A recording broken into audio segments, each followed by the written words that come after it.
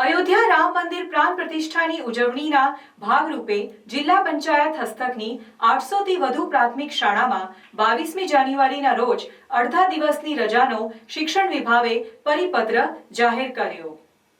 ભરૂચ જિલ્લામાં અયોધ્યા રામ મંદિર પ્રાણ પ્રતિષ્ઠાની ઉજવણીના ભાગરૂપે જિલ્લા પંચાયત હસ્તકની 800થી વધુ પ્રાથમિક શાળામાં 22મી જાન્યુઆરીના રોજ અડધા દિવસની રજાનો શિક્ષણ વિભાગે પરિપત્ર કર્યો, જેમાં સવારની પાળી 7:30 થી 10 વાગ્યા સુધી જ્યારે બપોરની પાળી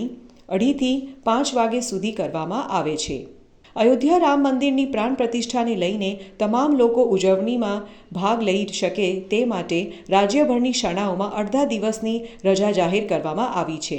જેથી ભરૂચ જિલ્લા શિક્ષણ વિભાગ દ્વારા પણ જિલ્લા પંચાયત હસ્તકની 800થી વધુ પ્રાથમિક શાળામાં પણ અડધા દિવસની રજાનું પરિપત્ર કરવામાં આવ્યું છે, જે મુજબ શાળાઓનો સમય બદલવામાં આવ્યો છે, જેમાં સવારની પાળીનો સમય સવારે 7:30 થી 10 વાગ્યાનો રાખવામાં આવ્યો છે, જ્યારે બીજી પાળીનો સમય બપોરે 2:30 થી 5 સુધીનો રાખવામાં આવ્યો છે।